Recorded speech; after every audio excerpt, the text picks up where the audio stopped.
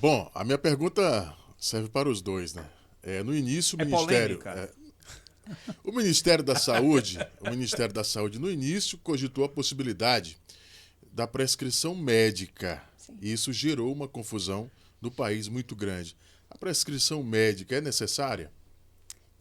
Então, o que acontece? Não vejo necessidade da prescrição médica. O que acontece hoje?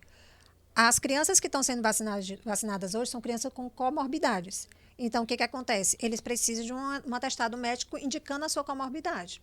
Então, por exemplo, hoje eu fiz vários atestados de pacientes autistas, de pacientes com paralisia cerebral. Por quê? Porque ele precisa chegar lá no dia da marcação e mostrar, o meu filho é Comprovar autista. que tem comorbidade. E Isso. detalhe, né, doutora? Essa meninada tá há 2 anos Trancados dentro trancafiados, de né? casa. Não é? Mas tu sabe que é uma coisa interessante, Edson? É assim, olha, o que acontece? Os adultos se vacinaram, né? O que os adultos estão fazendo agora? Estão saindo mais, estão socializando e levando suas crianças não vacinadas. Pior Né? que é. Então, o que está acontecendo? Toda hora eu recebo aqui, doutora, meu filho está com Covid. Meu filho positivou. Doutora, eu positivei, o pai também. E agora eu fiz o exame do filho e positivou.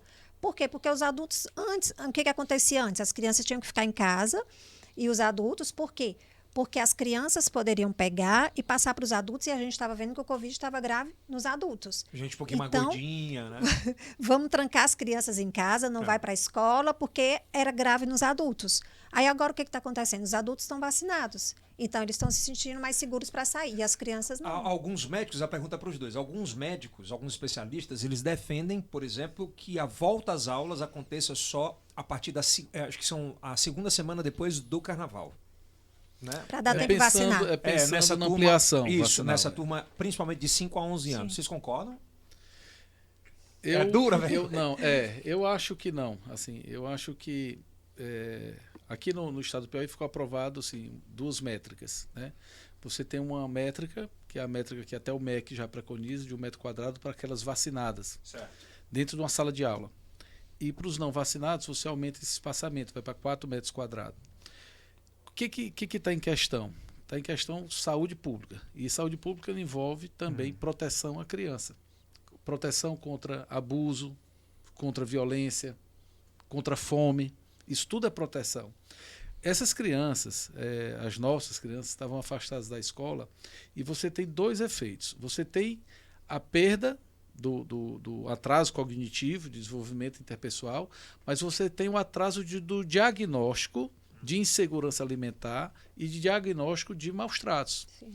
Então, se nós temos hoje a população acima de 12 anos fazendo já a segunda dose de vacinas, e você tem uma outra população, que é essa de 5 a 11 anos, que já está começando, não se justifica nesse momento você atrasar mais ainda esse retorno social e retorno à escola dessas crianças. Por quê? Porque nós temos vacinas em andamento. Ano passado nós não tínhamos falando em vacina e eles voltaram. Então não tem sentido. No híbrido, né? Isso. No híbrido. E de baixa idade era presencial. Era. Né? Os menores já eram presenciais. Então, assim, você vê assim, preocupa eles não estarem vacinados, mas ano passado eles já voltaram, sem vacina, sem previsão. Esse ano nós temos a população acima de 12 anos vacinada e temos iniciado a vacinação de crianças de 5 a 11 anos. Então, é um momento que a gente precisa realmente olhar de forma macro, olhar a criança como um todo. A vacina ela é fundamental e nós pais, não falando como médico, como pai, nós temos que estimular o outro pai. De aproximar isso. Porque a vacina não é individual, a vacina ela é coletiva. Coletiva. Ela é uma ação comunitária. Então, a responsabilidade é de todos nós. Quer dizer, se você não vacina o teu filho, ele pode até ser acometido. Mas o problema não é só ele, é todo o resto que é. A senhora concorda, doutora? A mesma opinião? Concordo. E ainda tem mais, as crianças, eles perderam muito esse tempo afastado da escola. Então, eu digo não só questão de aprendizado, mas a questão de socialização, a questão de estar em casa. Que é muito importante, né, doutora?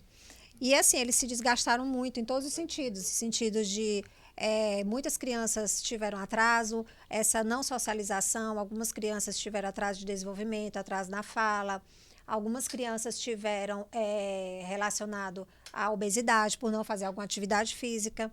Então, é um atraso, é uma perda de uma maneira geral. Sim. Uma perda tanto para a criança no sentido de não ir à escola, de não aprender, mas também dessa questão da socialização.